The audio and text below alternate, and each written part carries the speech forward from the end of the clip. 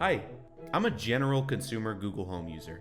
I have not tried Alexa, or whatever they call it, and I would not be seen in public with a HomePod or a Bixby. Is that guy like exclusively fridges? Where is Bixby from? Anyway, if any of this is not the same for Alexa, please, I'm begging you, correct me in the comments or inform me on how the other side is different. So I'm gonna get the lightly geeky stuff out of the way first and pray to the heavens above that I can still, by some miracle, keep your attention so you can continue feeding my YouTube numbers addiction. How do I explain this in non-geek speak? There's a little applet of sorts called IFTTT, and it allows you to make custom commands and such. Pretty neat, right? Yeah. Google basically just pulled themselves out of it in like 2023. It was primarily used for making custom commands and whatnot. Plenty of people who love doing stuff like that. In fact, a lot of videos of people doing custom commands with Alexa blew up in the year 2020.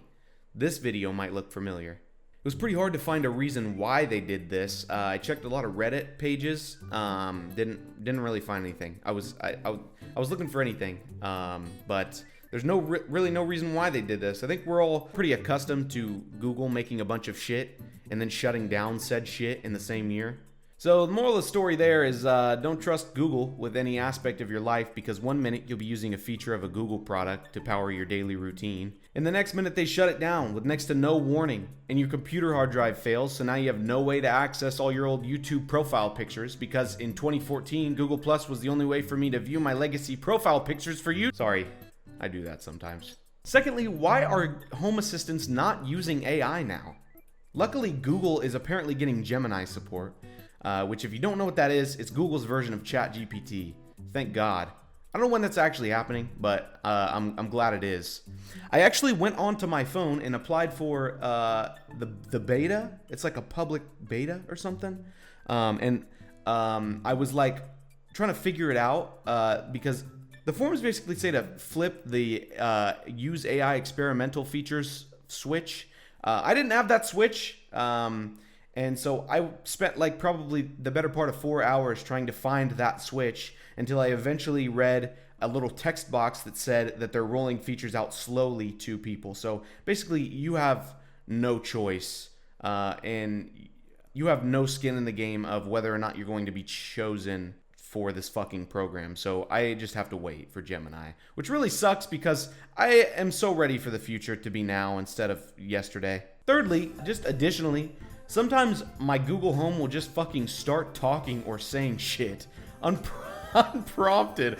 I feel like every point I make ends up just leading back to needing large language models, or as you know it, ChatGPT and Gemini. But once again, we really need AI here, dude. If I say the words, "Are you serious?" near Siri in any tone at all, I always get a fucking, Don't even get me started on how terrible you are, Siri. If Tim Cook were standing before me and said, "You have two options. You can either be forcibly tickled for 100 years, or you must use an Apple HomePod exclusively to get directions to California," I would smash the HomePod on the ground, and then pee on it, and then pour 1 million beers on it, and then voluntarily lock myself into the tickle chamber. In fact, I'm going to use AI right now to enhance this script. Sorry, I got a little carried away there, but speaking of unprompted nonsense, Google Home gives way too much context for shit you don't care about. Like I'll ask, "What time is it in Tokyo?" And instead of just saying it's 3 p.m., it's like, "Currently in Tokyo, the temperature is 74 degrees with light rain, and it's 3 p.m. Tokyo is the capital of Japan, known for its sushi and tech." Dude, I didn't ask for a goddamn geography lesson, but I appreciate that. I mean, I do appreciate it, but you gotta read a room. You gotta read a room! Another thing I think I'm glad they've strayed away from is when I say to turn on the living room lights, at one point in life it would say, "Okay, turning on the living room lights."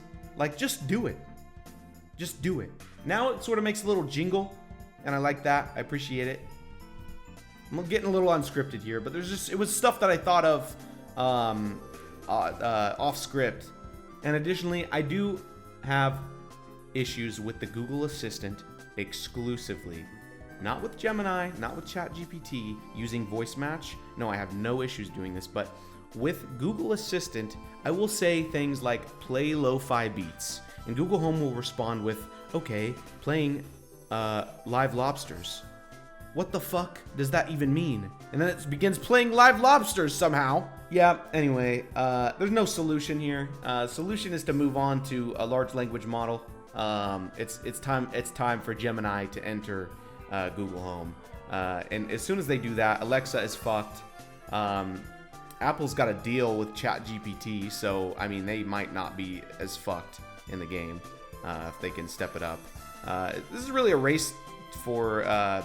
This is a slow, extremely slow and uninspired race. This is really a race for the first Home Assistant to become the first with a large language model on it.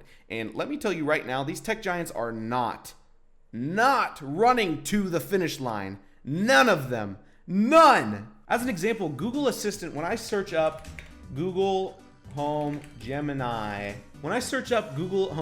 support, it comes up with Fall 2024 Google Home Update. And in this update, it loosely features some of the things that they are trying to do by integrating Gemini with Google Home. And there is no date to be expected, and there is no wait list for the public preview, which I'm a part of right now, which I'm waiting for access for the AI now.